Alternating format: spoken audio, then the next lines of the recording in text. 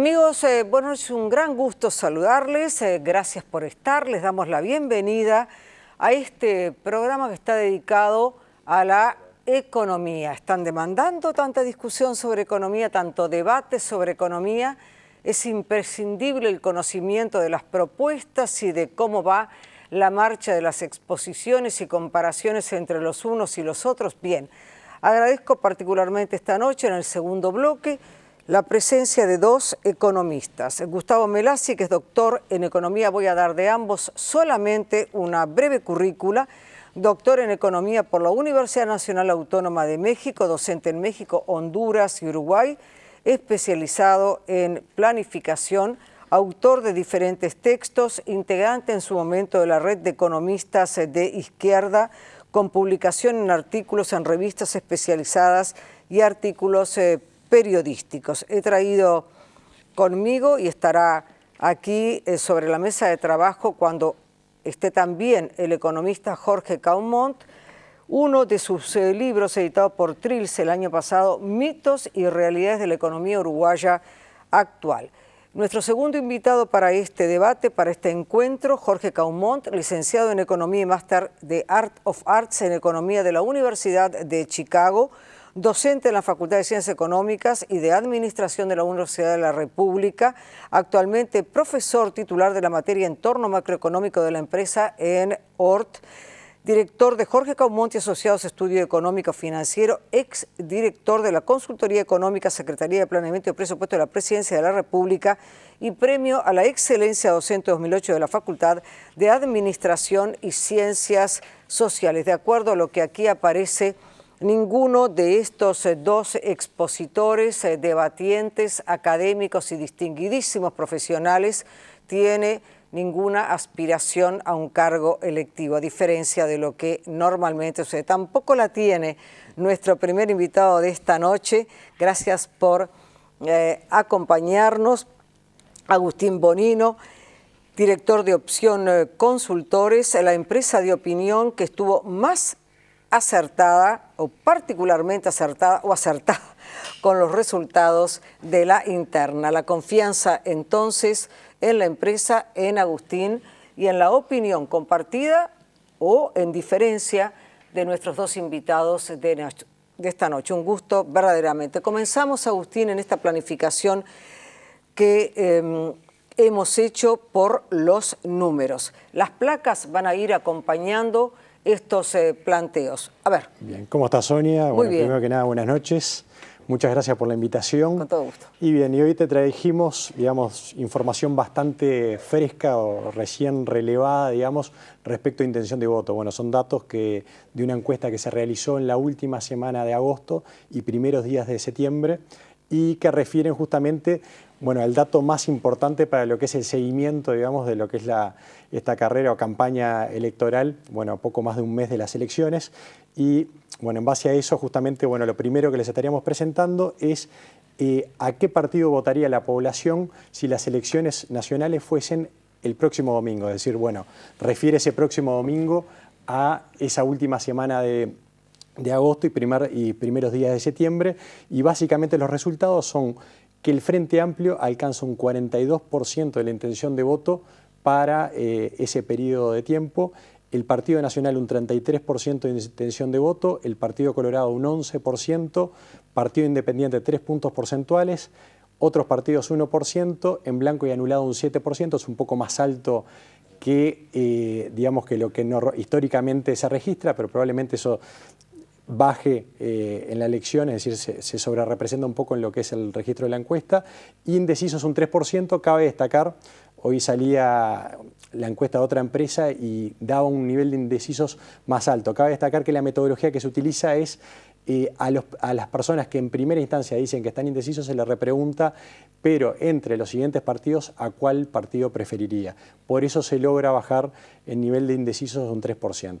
Eso es la fotografía, digamos, de un poco el resultado o el impacto que está teniendo la campaña y la dinámica de la campaña a la última semana de agosto y primeros días de septiembre. En la siguiente placa les presentamos lo que tiene que ver con la evolución de la intención de voto. Bueno, ahí tenemos sobre la derecha del gráfico lo que tiene que ver con justamente con la medición del último mes, de agosto de 2014. A la izquierda, los primeros datos a la izquierda son de julio de 2014 y después mediciones ya más alejadas en el tiempo. Bueno, ¿qué se puede, digamos, cuáles son los datos más relevantes una vez habiendo presentado los números de la encuesta? Es que el Frente, si bien venía teniendo una tendencia de descenso en su intención de voto, no solamente que estabiliza, sino que revierte y crece un punto en esta última medición de agosto respecto a julio. Ahí no se presentan los datos de la última semana de mayo, que también los releva en la encuesta y no aparecen en el gráfico, pero desde la medición de la encuesta de Opción Consultores ya ese proceso de crecimiento se da a partir de la salida de la interna, es decir, empieza a crecer a partir de la salida de la interna, donde fue el punto más bajo de la intención de voto del Frente. En el caso del Partido Nacional, como ven, sigue el proceso de ascenso alcanzando 33 puntos porcentuales de intención de voto para la medición de agosto, creciendo un punto respecto a julio. Y bueno, una de las cosas más significativas es la caída que se produce en intención de voto para el mes de agosto del Partido Colorado de 14 a 11 puntos, lo cual está dentro del margen de error que en cualquiera de estas encuestas siempre es de 3 a 4 puntos porcentuales, pero de todas formas igual es una luz amarilla, bueno, observar y ver un poco qué dan las restantes encuestas, a ver si es fruto del margen de error muestral o si las demás encuestas expresan lo mismo. Por último, también el Partido Independiente, que crece un punto, que es un punto relevante, porque bueno, indica también alcanzar el porcentaje de votación que se requiere para la banca del Senado. Esto es lo que refiere, bueno, a intención de voto, que bueno, sí, que en realidad es el dato normalmente más esperado. También es importante destacar que, bueno, que la elección sigue abierta viendo estos resultados, es decir, sigue siendo competitiva. Como todos los electores podrán percibir, hay como vientos que van de un lado, de cola para un lado y para otro, y sin embargo, quizás se había generado cierta expectativa para ver, bueno, cómo iba a influir eso en la intención de voto. Los cambios se producen, un poco siguiendo un poco la intuición que ha habido de cómo se venía desarrollando la campaña en estas últimas semanas, pero siempre con modificaciones, digamos, en lo que es el movimiento de los votantes bastante leves y acotadas. Es decir, en ese sentido, esto nos llevaría, cuando tú dices una elección abierta, nos llevaría a dos planteos. ¿Qué pasaría en octubre si ustedes lo tienen medido o si ustedes lo tienen previsto o investigado? Y eventualmente, ¿qué pasaría en noviembre en un escenario de balotaje? Bien, nosotros como afirmamos, digamos que la elección todavía está abierta, es decir, hay aspectos que hoy, por ejemplo, no se están produciendo. Por ejemplo, ninguno de los partidos estaría alcanzando mayoría parlamentaria, eso es un hecho que se desprende de los datos, y es altamente probable que se vaya a una segunda vuelta en noviembre. Para eso también tenemos datos que básicamente adelantamos el escenario, porque digamos, todavía no está planteado, pero lo adelantamos en una pregunta hipotética que se le realiza a la muestra de encuestados, y justamente se consulta, como se presenta en la primera placa, en caso de que la elección se defina en un balotaje en noviembre entre Luis Lacalle Pou por el Partido Nacional y Tabaré Vázquez por el Frente Amplio, ¿a quién votaría? Como se presenta en el gráfico, Tabaré Vázquez lidera frente, digamos, a Lacalle Pou por 4 puntos, alcanzando el 48% de la intención de voto en un escenario de balotaje, frente a Lacalle Pou con un 44% de intención de voto y un 8% de indecisos. Este escenario también muestra cierta apertura, son 4 puntos de diferencia, es decir, hay una ventaja, pero todavía se puede hablar también de un escenario abierto, y también cabe puntualizar de que hay un crecimiento respecto de Tabaré Vázquez o a la brecha entre Tabaré Vázquez y Lacalle Pou respecto a la medición en los últimos días de julio. Pasa de 48-45 a 48-44, lo que también a partir de otro método, digamos, confirma una tendencia de cierta recuperación del Frente Amplio en intención de voto. Y también en el margen de indecisos se aplica ese mismo mecanismo para que la brecha o la posibilidad de error o de precisión sea más ajustada, como decías en otra placa anterior. Sí. Bien, ¿a qué vamos ahora? Bien, por último, dentro de lo que son los resultados principales de intención de voto, también se consultó el escenario de balotaje entre Tabaré Vázquez y Pedro Bordaberry. Como se muestra en la placa, frente a ese escenario, cuando se le consultaba a los encuestados por quién votarían en un escenario de balotaje en noviembre entre Pedro Bordaberry y Tabaré Vázquez, también hay, digamos, lidera Tabaré Vázquez frente a Pedro Bordaberry con 51% de intención de voto frente a un 37% de intención de voto de Bordaberry en un escenario de balotaje entre ambos candidatos y un 12%, un porcentaje un poco más alto de indecisos. En ese sentido, Agustín Bonino, el otro aspecto junto con estos números, con esta elección abierta, con estos guarismos de crecimiento, o en el caso del Partido Colorado, caída o estancamiento, ¿verdad? Más bien caída según los datos de esta muestra, habría que reconfirmarlos con lo que den otras consultoras. Ahí está.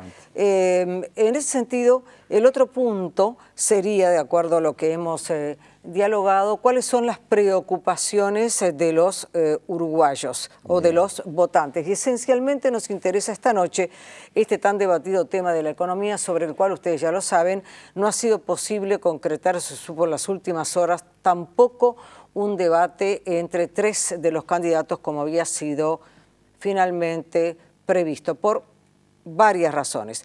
Pero además es, y lo quiero decir, particularmente difícil conseguir, yo diría que prácticamente imposible conseguir un debate entre actores políticos sobre el tema económico. ¿Vamos a ese tema? Bien, bien. Bien, Sonia, una de las consultas que nos realizabas era básicamente cómo influye el aspecto económico, digamos, en la elección, ¿no? Sí. Se le llama también voto económico, digamos, y básicamente, bueno, un poco lo que la literatura o la investigación dice sobre el tema es que definitivamente la economía o el bolsillo de los votantes influye en lo que es la intención de voto o en lo que es, digamos, justamente el movimiento de los votantes entre los distintos partidos políticos. Es decir, es un hecho, digamos, es un aspecto, un atributo importante de la realidad que toman en cuenta los electores para definir su voto. Eso es así. Digamos, el peso de la economía, digamos, en lo que es la definición de la intención de voto, incluso se puede observar con mayor peso, digamos, en lo que refiere cuando uno observa a series históricas de largo plazo, es decir, cómo es evaluado la economía repercute principalmente en cómo son evaluados los gobiernos o la gestión de los gobiernos y asimismo ello repercute, digamos, en la intención de voto generalmente, bueno, del partido oficialista, ¿no? Uh-huh.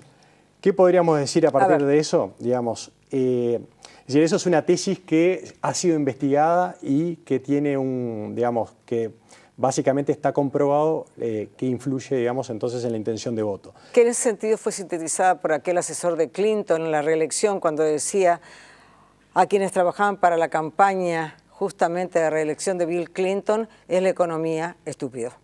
Bueno, no sería académico, pero está reflejando lo que dice. A ver, ¿qué tienen ustedes? Bueno, básicamente también en función de eso, actualmente, digamos, se puede diagnosticar, los distintos indicadores muestran que estamos en un ciclo de bonanza y de crecimiento económico que se puede hablar incluso de los últimos 10 años o a partir de la salida de la crisis, ¿no? Uh-huh. Es decir, en sí el oficialismo cuenta con un contexto, digamos, económico favorable, digamos, en relación a, bueno, digamos, el contexto en el cual se presenta la elección, ¿tá? Justamente, la tesis del voto económico tendería, digamos, a afirmar que la decisión de los electores, digamos, se vincula justamente a la situación económica, bueno, o al desempeño económico de una gestión de gobierno, ¿no? Ahora, todo eso es un poco la pregunta. Básicamente, la respuesta es que no. Incluso si nosotros hoy analizamos la realidad de la elección actual, partimos justamente de una situación de bonanza y, sin embargo, estamos hablando de una elección abierta y competitiva. Entonces, también, al mismo tiempo, se puede afirmar que si bien está comprobado que lo económico influye en la intención de voto, obviamente es un factor más y es intuitivo para cualquier elector darse cuenta del hecho de que toma en cuenta múltiples aspectos al momento de definir su voto. Ahora, prácticamente cerrando, Bonino, porque el tema es el siguiente. Cuando tú decís las contradicciones entre lo que establece la academia o la práctica o la teoría y lo que está mostrando esta elección relativamente, bueno, abierta y por momentos pareja, sí, sí, ¿no? Sí, sí. O cercana.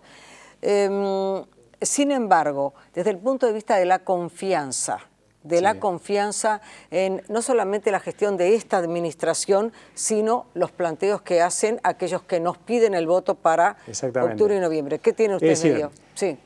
También cualquier observador puede visualizar que si bien, digamos, la economía, digamos, es un aspecto importante, de hecho ha estado sobre la mesa, digamos, en lo que han sido la comunicación y, bueno, y las acciones de campaña de especialmente el oficialismo, como, digamos, tratando de comunicar, digamos, los logros económicos.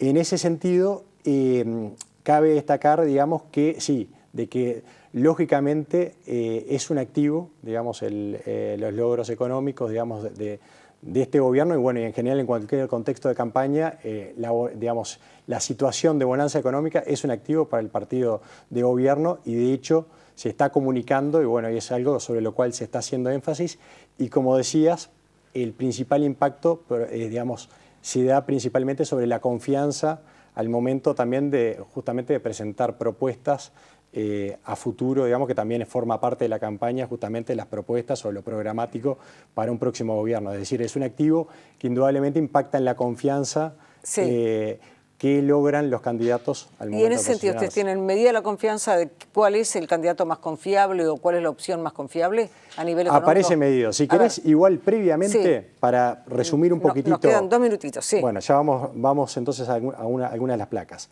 La primera placa que le mostramos justamente es decir, bueno, ¿qué peso tiene la economía en la campaña? Bueno, vamos a preguntarlo directamente a los electores.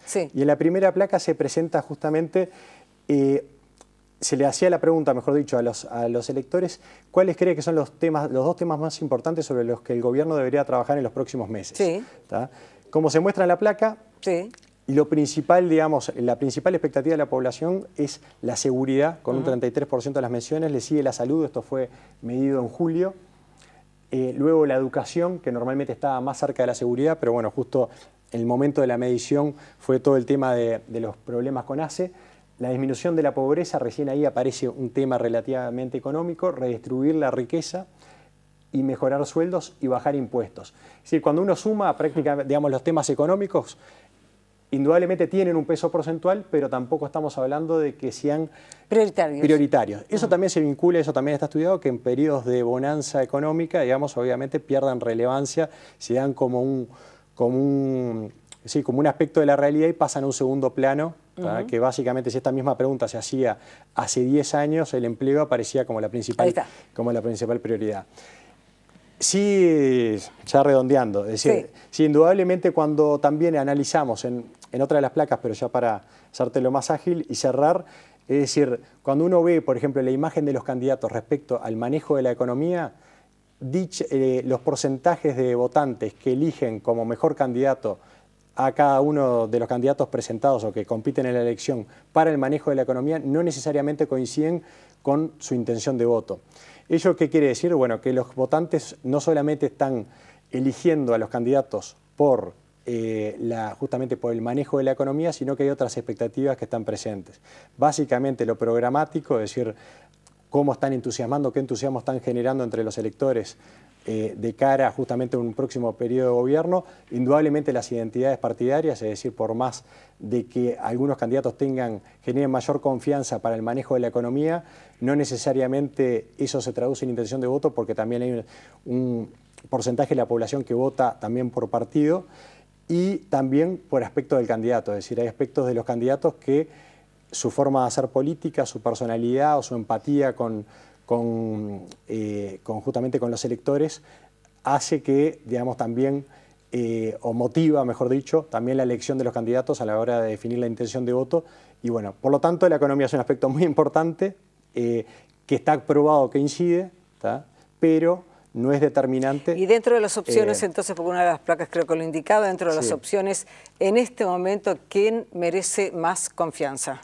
Y desde el punto de vista económico, eso es un activo, indudablemente, de Tabaré Vázquez en la actualidad. Es decir, en la actualidad tiene una diferencia importante Tabaré Vázquez en lo que es imagen para el manejo de la economía respecto a los restantes candidatos. Es decir, sin duda que es un activo que básicamente también está presente en la campaña, ya que, bueno, justamente el Frente Amplio lo ha puesto, digamos, como parte de su plataforma de comunicación, todo lo que tiene que ver, bueno, con lo que ha sido la evolución de la economía en este periodo.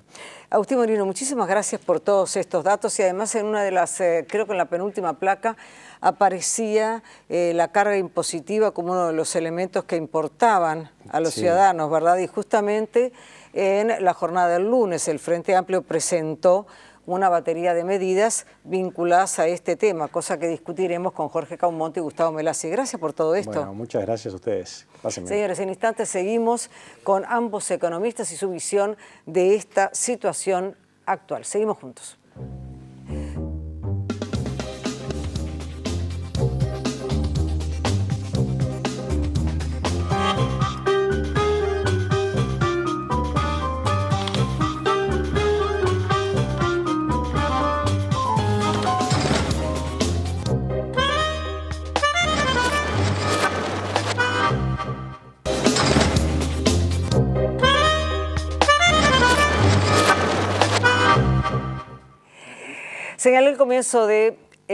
Señalé al comienzo de este programa el gusto de recibir esta noche a dos economistas. Señalé parte de su vasta currícula, Jorge Caumont y Gustavo Melassi. Ambos me han acompañado a lo largo de estos años, tanto aquí como en la radio, en la mañana y muy temprano. Gracias por eso. Y esta noche gracias. En la cual, ¿cómo andan? ¿Bien? Bien, por suerte muy bien. Me alegro. Los dos. Bien. Los dos. Porque estuvimos hablando antes y bueno, y es una gran cosa. En ese sentido, hice la precisión, ustedes lo conocen, lo reitero, la voluntad de establecer también un debate económico entre actores políticos ha sido prácticamente imposible. Y el propio debate que se planteaba a nivel de los presidenciales o candidatos a la presidencia también, pero eso es harina de otro costal.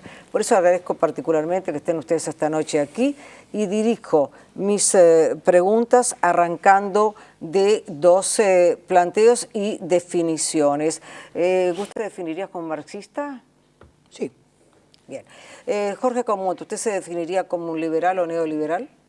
No, neoliberal no, liberal sí. Perfecto.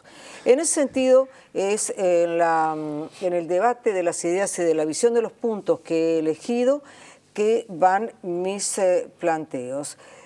¿En qué situación económica estaba Uruguay cuando asume el Frente Amplio? Esto es sabido.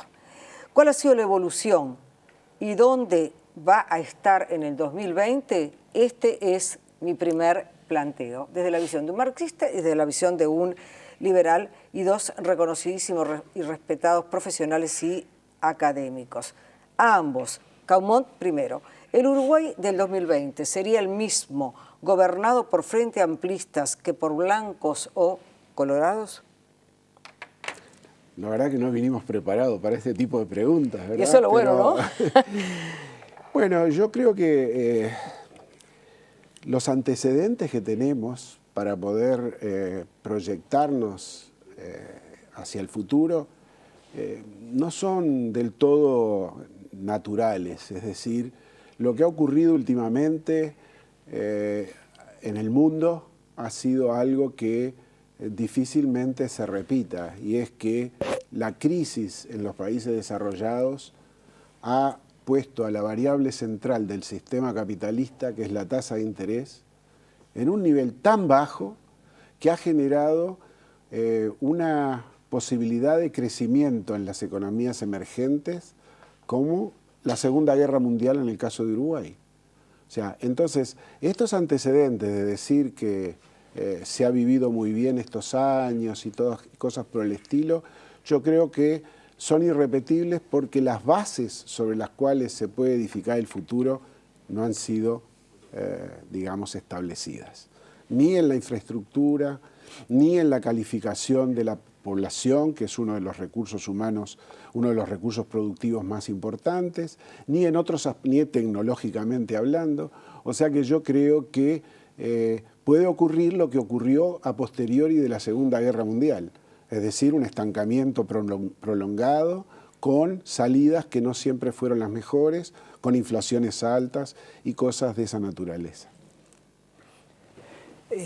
Yo creo que es una pregunta interesante pensar el 2020 y comparto la visión de que para ese periodo la situación internacional, esta bonanza de la cual hemos venido disfrutando estos años, no solamente por la tasa de interés, que es cierto, y pocas veces se menciona la baja en la tasa de interés, sino por los precios de los commodities que nosotros exportamos, etcétera, va a ser más difícil hacia el 2020. Ya lo está haciendo poco a poco y se va a ir, yo creo que lentamente se va a ir agravando en estos años. Va a ser más complicado. Ahora, me parece que para ubicarnos en el 2020 y cómo va a ser con un gobierno u otro, yo creo que sí, que tenemos elementos para pensarlo, porque desde mi visión de hombre de izquierda, apartidario, etcétera, y no tengo a quién votar además, yo creo que no hay grandes diferencias en cuanto a cómo van a enfocar cualquiera de los partidos que nos explicaba Bonani, ¿cómo es? Perdón. Bonino, que están planteados para la elección, plantean grandes diferencias en lo que va a ocurrir. No me parece que vaya a haber grandes cambios en su estructura central de sus propuestas económicas, ¿sí? Se comparten. El mantenimiento de una situación actual en la medida de lo posible. Ninguno plantea grandes cambios. El Frente Amplio los planteó en su momento, pero durante estos 10 años de su gobierno ha quedado claro de que más o menos simplemente mantiene la situación, pero cambios importantes no realiza. Y lo vemos en las propuestas económicas que se están manejando, ¿verdad? Desde ese punto de vista, entonces, pienso que se mantiene una visión de centro, y deliberadamente, no digo de centro-izquierda, mucho menos socialdemócrata en el caso del Frente Amplio, se mantiene una visión de enfoque de centro de la economía, esperando un poco en el futuro a ver qué nos depara la situación internacional y jugándonos a los mismos elementos a los cuales nos hemos venido jugando estos años. Los problemas del sistema capitalista los vamos a recibir, nuestro funcionamiento capitalista va a continuar, por lo tanto, con los problemas de salarios, de empleo, de primarización de la economía, etcétera, de estos 10 años van a continuar y no van a aportar grandes márgenes, grandes seguridades. La economía sigue siendo frágil. La prueba está de que en cuanto cambia un poco la tasa de interés, cambian un poco los precios internacionales, acá la preocupación cunde. Eso es señal de una economía frágil. ¿Hay algo que usted quiera precisar con respecto a esto? Sí, que tenemos un diagnóstico que parecería un poco alejado uno del otro. En cuanto al mío, yo te diría, Gustavo, lo siguiente. La tasa de interés es la variable central del sistema capitalista, eso no hay ninguna duda. El precio de los commodities va a retornar, a pesar de lo que puedan estar diciendo muchos analistas, agrónomos, empresarios agroindustriales, a empresarios agrícolas, empresarios agrarios, los precios van a caer. Y te digo por qué, es muy sencillo. La tasa de interés al 0% en Estados Unidos, además que es la principal, porque si en la eurozona está 0,05, en Inglaterra el 0,5, en Japón al 0,1% anual, en Estados Unidos está prácticamente al 0, y cuando empiece a subir, porque la baja fue lo que provocó el alza de los precios de los commodities, no fue ni China, fueron la baja en la tasa de interés y fue los 2 años y medio a 3 años que tuvieron problemas las cosechas de Estados Unidos. Es decir, el medio oeste de Estados Unidos tuvo problemas climáticos que llevó a la soja hacer un desastre en cuanto, que es el principal lugar del mundo donde se cultiva, hacer un desastre en cuanto a los harvests, eso, a la recolección. O sea que en los precios los commodities van a seguir cayendo. Y en segundo lugar, la tasa de interés fue la que provocó todos estos movimientos de capitales, la inversión de la gente de UPM, la gente de Monte del Plata, el carry trade, es decir, la gran cantidad de pesos que han venido, de dólares que han venido al Uruguay a cambiarse por pesos, por el caramelo que este gobierno y básicamente el Banco Central le ha dado a través de las letras de regulación monetaria para restringir la cantidad de pesos que emitía para comprar los dólares. Por ejemplo, hoy, acá se dice, tenemos una posición extremadamente alta en dólares, 18.000 millones de dólares. Bárbaro, pero es un partida doble, es un balance, eso es un activo. ¿Y qué financia los activos? Los pasivos. Y el capital o el patrimonio. ¿Tiene patrimonio? Fue capitalizado hace poco, de vuelta al Banco Central. O sea que hay debilidades fuertes. La educación, que cuando nos proyectamos no ya de la coyuntura, sino a la estructura, nosotros vemos que la educación no mejora frente al resto del mundo. No somos competitivos. En segundo lugar, la seguridad. Cada día tenemos más problemas. Eso lo vemos a diario. La prueba está en la encuesta de Bonino. El principal problema es la seguridad. Vemos el problema de la salud también, las ambulancias que esperan no sé cuánto tiempo. Entonces, yo creo que no está preparado. Acá hubo un golpe, un choque externo muy favorable para Uruguay, porque si venimos a la política macroeconómica del gobierno, lo único que hizo fue reforzar ese choque con una política fiscal muy expansiva, pero generó un déficit que es insostenible en el largo plazo. Bueno, yo voy a hablar de la parte económica nada más, seguridad, en educación, vamos etcétera. Vamos a ir igual a los temas, sí. Entonces, muy rápidamente... La seguridad y lo otro es fundamental para generar los recursos productivos que vos tengas hacia el futuro, para el año 20. En la parte estructural es importante. En el punto de partida, la tasa de interés no es la variable más importante del sistema capitalista, sino la tasa de ganancia. El empresario capitalista produce si hay ganancia. Si no hay ganancia, no produce. ¿Que tiene impacto en la tasa de interés? Sí, por supuesto. Pero la variable fundamental es la tasa de ganancia.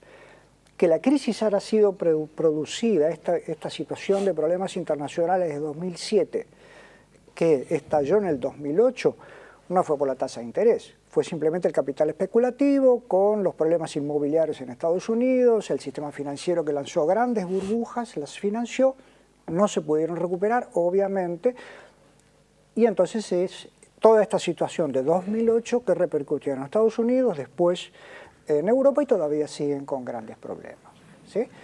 Entonces, ese no es, digamos, el tema central, el de la tasa de interés, es la tasa de ganancia.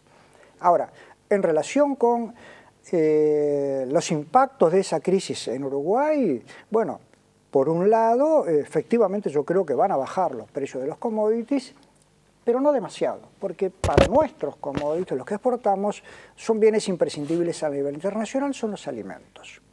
Ahora bien, pasando a la reacción, digamos, del gobierno uruguayo frente a esa bonanza internacional en los 10 años que han pasado, ahí sí, efectivamente, el gobierno no tomó ninguna medida importante en lo que tiene que ver con aprovechar esa bonanza internacional y desarrollar aquellos elementos que sí nos podían dar solidez para el futuro. Y ahí sí tenemos la educación, etc. Pero una cosa que hay que tener cuidado. Cuando se habla de la competitividad que tú mencionaste al pasar, ahora han habido varias encuestas internacionales sobre la competitividad de Uruguay, etcétera, etcétera, y las encuestas básicas son las del Foro Económico Mundial, el World Economic Forum, ¿sí? Y muchas veces, en la mayoría de veces, no se aclara qué es lo que se mide cuando se habla de competitividad. Y uno lo que piensa es, bueno, es o el tipo de cambio, o es la productividad del salario de los trabajadores, perdón, y poca cosa más. En realidad, el Foro Económico Mundial, el que se reúne todos los años en Davos, lo que mide es elementos del tipo de cambio, elementos de productividad del trabajo y también elementos sociales como ser qué grado de flexibilidad tiene un empresario para el trabajo. Es decir, si puede despedir sin muchos problemas, si puede tiene libertad para reducir o no los salarios, si hay resistencias sindicales, todo eso está metido en el índice de competitividad. Entonces, cuando se habla de competitividad sería bien importante especificar a qué nos estamos refiriendo. Competitividad, yo lo entiendo, efectivamente desde el punto de vista de la productividad del trabajo. Punto. Y tiene que ver con los elementos técnicos, la maquinaria, tecnología, capacitación de ese trabajador y ese propio trabajador. A propósito de una observación que realizaba recién Caumont, la recuperación del salario real de 45.4 en una década más el desempleo en mínimos históricos, lo explican, y ahí voy a su mención, las condiciones externas o hay una gestión y una ideología que lo hacen posibles. Una gestión o una ideología. Bueno, yo creo que las dos cosas. Pero fundamentalmente el hecho de que el flujo de capitales que ha habido al Uruguay debido a que la tasa de interés es muy baja, e incidentalmente te diré que la tasa de ganancia es para cada uno y no hay una tasa de ganancia mundial, lo que hay es la tasa de interés, y la tasa de interés es el costo de oportunidad de la tasa interna de retorno de los proyectos, o sea que, no es bueno, así. Está bien. Eso es un juego de palabras. Bueno, pero es lo que es así porque todo el mundo mira primero la tasa de ganancia y con qué la compara. ¿Qué hago? ¿Meto en un negocio que me da tanto o la meto en la tasa de interés? Si alguien quiere que se meta en un negocio, la tasa de interés la hacen bajar, los gobiernos. Si no, la suben. Es decir, es la tasa de interés. Bueno, pero no importa. El tema lo podemos dejar ahí, que lo juzgue la audiencia, ¿no? Pero con respecto al tema de una bajísima tasa de interés, lo que ha generado es un movimiento de capitales muy fuerte. Entonces yo le pregunto, no me pregunte usted a mí, yo le pregunto a usted, usted tiene 100 pesos o 100 dólares, ¿verdad? En este tiempo, en este lapso transcurrido desde 2004 hasta ahora. Tiene 100 dólares. Si lo va a colocar en un depósito en dólares, va a recibir 0,02, o sea, 2 centavos, 2 centésimos, 2 centésimos de dólar, 2 centavos de dólar, dentro de un año. El primer año lo tolera. El segundo año, tal vez también. El tercer año, ¿qué dice? A quien le administra el dinero. Por favor, encontrame algo para hacer algo con esto. Bueno, hacemos una vaquita y ya vamos a hacer, ¿cómo que se llama? Una casa o un edificio de apartamentos. La primera cosa que despega es algo que es altamente intensivo en mano de obra. Entonces, de 30.000 trabajadores en el sector de la construcción, llegamos a tener 70 y pico de mil. Y está bajando a 60 y algo ahora, porque la construcción se está desacelerando. ¿Y por qué se desacelera la construcción? Si la situación era tan buena, y es porque no se vende nada, primero, pero fundamentalmente porque la expectativa de que suba la tasa de interés en los primeros meses del año que viene, ya la está anticipando mucha gente y dice, bueno, pero ahora vamos a esperar un poco y vamos a ver qué podemos hacer con nuestros ahorros. Eso es básicamente el rol, el poder que tiene la tasa de interés. Desvía capitales de las inversiones financieras a las inversiones reales. Entonces, cuando las desvía, al primer lugar que va es a ese. Yo te estoy diciendo, acá hoy me animo a decir que el precio de la tierra en Uruguay va a caer, y va a caer fuerte. Me animo a decir que el precio de la soja va a caer, y vamos a llegar de vuelta, no te digo a los 200, 180 dólares la tonelada que valía hace 10 años, el promedio histórico, pero yo te puedo asegurar que con países que ven crecer la demanda, como decís tú, de China, van a decir, che, vamos a crecer, vamos a poner más para cultivar soja. ¿Sabes cuánto había de soja hace 10 años en Uruguay? ¿Cuánta tierra se cultivaba? 16.000 hectáreas. Hoy son 1.350.000 hectáreas. Entonces, la demanda estará, pero también está la oferta. El tercer país del mundo hoy en soja, que antes no existía como tal, es Paraguay, más que Uruguay. Tú discrepaste. Un dato nada más en relación con la tasa de interés y terminamos con la tasa de interés. Está bien, Gustavo. Sin embargo, la tasa de interés en Estados Unidos, tú lo dijiste también, y es cierto, anda por el 0%. ¿Y qué pasa? La inversión real no despega. Entonces, tu teoría no encuentra justificación en los hechos de Estados Unidos y de Europa y de Japón. ¿Querés que te cuente? No, porque el tiempo... Pero tengo la respuesta. El tiempo no. Hay una cosa que me interesa en lo que se venía conversando con Bonino y la situación económica, y que no hay debate. ¿Sí? Tú lo mencionaste, es cierto, totalmente. No hay debate, es muy difícil conseguirlo, etc. Hoy es imposible. El debate económico, esto es imposible. Entre actores políticos, imposible. Yo lo amplío un poquito más. Y digo, el debate hace mucho tiempo que no se da en la sociedad uruguaya. ¿Sí? Hace mucho tiempo. Y en el fondo es porque hay poca cosa para debatir. Porque los distintos partidos políticos andan en ese entorno del centro que yo planteaba. Elijamos el tema que se plantea en el aspecto económico, ¿sí? Entonces, no hay mucho para debatir tampoco, y se deja allí el tema. Que la población no esté preocupada por la economía, es cierto. En primer lugar, porque hay esa bonanza internacional, que es bonanza internacional, pero que internamente en Uruguay ha impactado de una manera muy desigual. Ese es el tema central. Entonces, hay una conformidad inicial. Dice, bueno, yo tengo un empleo, mejoró, tengo el empleo, que es importante, mejoró mi ingreso, está muy bien, tengo una conformidad básica. Pero cuando empiezo a analizar más en profundidad me encuentro con que 800.000 trabajadores ganan menos de 15.000 pesos por mes. Y es la mitad de la masa salarial de este país. Bonanza económica para Uruguay. ¿Aumentaron los salarios? Sí, pero la masa salarial, los salarios en esa riqueza que se generó, ¿sí?, va perdiendo posición. La porción de la torta es cada vez más chica.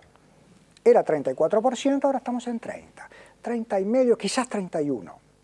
Al año 2013, ¿verdad? Los empleos que se han generado, perfecto, me parece muy bien, pero son empleos de baja calidad, ¿sí? Y es lógico que sea así. O sea, hay un tema y es, alguien se puede sorprender y puede haber mucha gente, sobre todo los votantes del Frente Amplio, de que, bueno, ¿cómo puede ser esto? Estamos mejorando las propuestas del Frente, etcétera, y pasa esto. Es lógico que pase. Porque si los empleos son de baja calidad, no es porque alguien se esté pensando mal o el gobierno no, simplemente es porque la estructura económica extranjerizada, donde vendemos esencialmente materias primas sin elaborar, que no se industrializan acá, etcétera, obviamente no necesita, no requiere, no demanda, no genera empleos de buena calidad. Y por eso también es el tema de la educación, ¿verdad? O sea, hay una lógica económica que es implacable. Y con una estructura que vende productos primarios, llena de zonas francas, obviamente se generan empleos de baja calidad. No se pueden reclamar, se reclaman por supuesto, porque hay que, ¿no?, pelear por un nivel de vida decoroso para la familia. Pero con ese tipo de empleos, que depende de la estructura económica, es difícil. A propósito de lo que ustedes señalaban y de lo que mostraba Bonino, y él señaló que esa medición de la opinión pública no era reciente, porque precisamente en el Frente Amplio, al leer los resultados de los estudios de opinión recientes, se señaló que en la fuga de los votantes, quienes fugan son los de la clase media. Y se transformó esto en una de las explicaciones para la caída en la intención de voto del partido de gobierno. Frente a esto, correcto, y esencialmente a partir del lunes pasado, pero de este lunes, se anunció una serie de medidas para aliviar la carga tributaria. Caumont, ¿qué opinión le merecen? Que tenemos el sistema tributario peor que yo conozco, en el mundo casi. A pesar de lo que puedan decir Frente Amplio o cualquier partido político. Tenemos hasta triple o cuádruple tributación en mucha cosa. Lo que pueda decir, porque yo escucho diariamente, o no diariamente, pero muy seguidamente, que es el mejor sistema tributario que tenemos. Y estamos grabando no a la renta, sino al ingreso. Cuando tenemos patrimonio porque nos quedó algo, lo volvemos a grabar, que es la conjunción de todas las rentas anteriores. Además tenemos el impuesto de primaria que tiene la misma base imponible que parte del impuesto al patrimonio. Tenemos además los impuestos departamentales que son sobre autos y sobre tierra.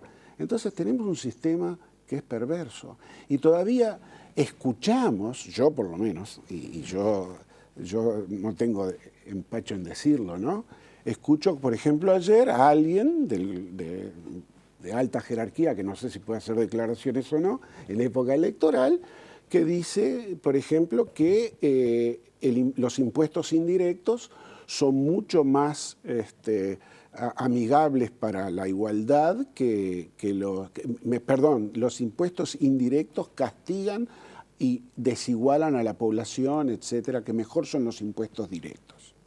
Entonces, yo digo que no hay ni uno ni otro mejor. ¿Ah? Depende cómo se usen, nada más. Porque uno, es verdad, le saca dinero a uno y se lo da a otro. Pero el otro le saca el trabajo a uno y no se lo da a nadie. Entonces, yo lo que veo es que tributariamente la gente está respondiendo de acuerdo con su posición. Ya no es uno que dice, dos que dicen. Es verdad, hay mucha gente que está muy desilusionada por la presión fiscal que tienen. ¿Por qué? Porque la estructura tributaria en Uruguay es deficiente, es malísima. Es muy buena la recaudación, es muy buena la administración, es muy eficiente la recaudación fiscal, etcétera, pero la estructura tributaria es horrible. Gracias.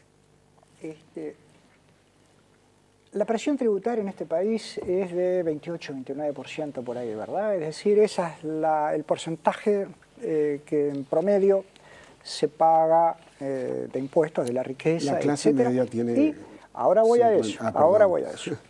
Pero es una presión fiscal absolutamente normal. Hay varios países en Sudamérica que tienen una presión fiscal bastante más elevada. Eso como primer punto. Segundo, así que no, el sistema tributario como tal, que se dice, no, la presión, muchas veces se dice, la presión tributaria es muy alta. No, no es muy alta, es absolutamente normal en la media de América Latina y no es superior al de varios países de Sudamérica. Que los sectores medios se quejan, protestan por pagar muchos impuestos. Eso es muy interesante. Por dos cosas. La primera es porque yo creo que se quejan, es verdad. ¿Pero de qué se quejan? ¿De que pagan mucho? Yo lo que creo es que criticar a los sectores de ingreso medio porque pagan mucho es considerarlos mal, es considerarlos como muy egoístas. ¿Cómo me van a sacar tanto? Yo creo que está mal acusarlos de eso. Yo creo que su razonamiento, el de esos sectores de ingresos medios que además tienen un nivel educativo superior o por lo menos medio, más elevado, piensan, razonan. Pensemos en una situación alternativa. A mí me sacan tanto, yo soy de sectores de ingresos medios, me sacan tanto de impuestos, primero pienso, caramba, tengo que pagar estos impuestos. Pero enseguida pienso, pero a aquel que gana mucho, le sacan mucho. Y entonces, está bien, me quedaría tranquilo. ¿Es eso lo que pasa en Uruguay? No. Porque los sectores de ingresos medios pagan determinados impuestos y a los que tienen muchos ingresos no se les cobran tantos impuestos. ¿Quién lo dice? En primer lugar, el Banco Interamericano de Desarrollo. La recaudación en los países desarrollados del impuesto a la renta de las personas físicas en relación con el Producto Bruto, el promedio es 8.4%. ¿Saben cuánto es en Uruguay? 3. O sea que ese impuesto a la renta de las personas físicas de donde debería recaudar, el banco dice mucho más que eso, dice que los ricos han vaciado eso, porque no lo pagan. Lo que debería hacer es recaudar mucho más, pero de los ingresos altos. Entonces el sector medio dice, bueno, yo colaboro, pero aquel que gana mucho colabora más que yo. Correcto, todo bien. Ese creo que es el enfoque correcto. Y lo último, ¿en quién me voy a apoyar? Esto es muy curioso, pero me voy a apoyar en el Fondo Monetario Internacional. ¿No? Parece raro que yo lo haga, pero Christine Lagarde, la directora del Fondo Monetario, a fines de julio hizo un discurso que yo en un portal semanal Sur, con Z, sur.org, de gente joven acá en Uruguay. Yo califiqué, lo analicé y califiqué un discurso notable. ¿Verdad? Ah, curiosa, es curioso. Después de eso casi la discurso echan. notable. No, al contrario. Pero por otras razones. Porque mostró con toda claridad la posición inteligente del Fondo Monetario Internacional. A los efectos de mantener el sistema capitalista, etcétera, etcétera, vamos a hacer algunas reformas. ¿Qué propuso en ese discurso? Nos quedan segundos, sí. Propuso aumentar el impuesto a la renta de las personas físicas a los ricos, aumentar el impuesto al patrimonio, aumentar el impuesto a las herencias. Esas cosas, ¿las dice el Frente Amplio? No. El candidato presidencial, Tabaré Vázquez, en la propuesta del lunes pasado, creo que fue económica, lo único que dice es que a los sectores medios les vamos a bajar un poco los impuestos y y vamos a subir la tasa mínima, el ingreso mínimo imponible. Pero no menciona una palabra de lo que sí dice Christine Lagarde. Estoy de acuerdo con ella, ¿verdad? Es el planteo inteligente. Y en las propuestas del Frente Amplio ni siquiera eso están planteando. Señores, como me están indicando, terminado, y ustedes han señalado algunas de las cosas que para mí eran relevantes, la importancia de la educación, por ejemplo, pero en una línea, Caumont, ¿cómo cerraría usted el estado de las cosas en cuanto a la economía, el debate económico, presente y futuro? En una línea. Adecuar las cuentas públicas para no seguir aumentando el endeudamiento que van a pagar las futuras generaciones. Tenemos un déficit muy grande y creciente. Va a ser con el enlentecimiento de la economía que es inevitable. Gracias. Hay que discutir temas más de fondo y no solamente algunos números del déficit y las cuentas públicas, porque sin discutir qué es lo que hay detrás de esos números y ver sobre todo el déficit fiscal, qué es lo que lo genera, uno hace números en papelitos, pero entre todos los uruguayos debemos discutir en qué estamos gastando, cómo vamos a gastar y qué política de desarrollo vamos a seguir hacia adelante, cosa que no se hace. Señores, El ajuste es parte de eso, ¿no? Gracias por haber estado y apuesto la posibilidad de reencontrarnos. Bueno, ¿Cómo no? Estamos Muchas gracias. muy a gusto con Gustavo. Y con 44 Sonia, y con años. Sonia también. No, me refiero a que no. El A chisme ver. es que Jorge era Sí. el goleador del equipo de la facultad, que salimos 4 o 5 años seguidos campeones de la facultad. Misteriosamente, y para otra curiosidad, Sí. él era puntero izquierdo y yo era marcador de punta derecha. La vida... Bueno, el maestro Tavares diría que la cuestión es el camino y por ahí fueron por los caminos, ¿no? Gracias a ambos. Un gran gusto, como siempre. Señores, Bueno, cerramos en muchas instantes. gracias.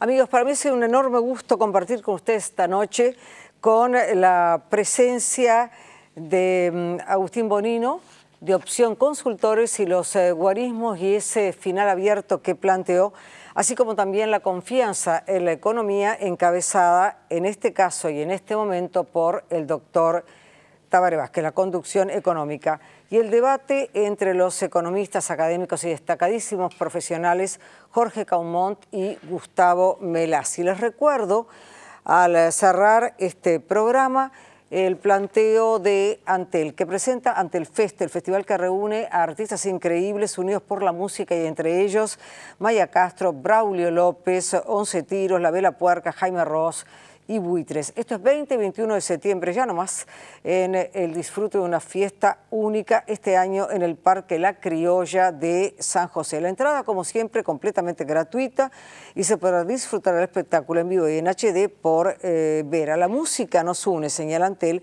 y señala también Avanzamos Juntos. Y al cerrar, y a propósito de la anécdota de Melassi sobre cuando jugaban en la universidad, y él señalaba que Caumont era puntero izquierdo y él puntero derecho. Les recuerdo y les recomiendo ese maravilloso cuento de Mario Benedetti, Puntero Izquierdo, así como vuelvo a recomendarles todos los récords, Relatos Salvajes, la película argentina de Damián Cifrón, que es expresiva de muchas de las cosas que nos pasan, de muchos de los sentimientos que nos dominan, de muchas de las cotidianeidades y sobre todo de muy buen cine, maravillosos actores y el sentido de la pantalla grande cuando se sabe hacer. Como se sabe hacer y como se quiere hacer bien, se puede. Y como todos los miércoles, les deseo buenas noches y buena suerte.